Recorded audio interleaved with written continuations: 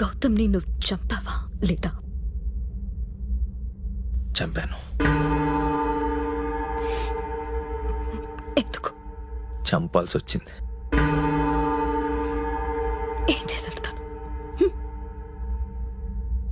గౌతమ్ చచ్చిపోకపోతే జై కుటుంబం నాశనం అవుతుంది కాబట్టి. ఎలా? గౌతమ్ వల్ల నీ కుటుంబం ఎందుకు నాశనం అవుతుంది? నా కుటుంబం కాదు, జై కుటుంబం. ఏంటి పిచ్చికి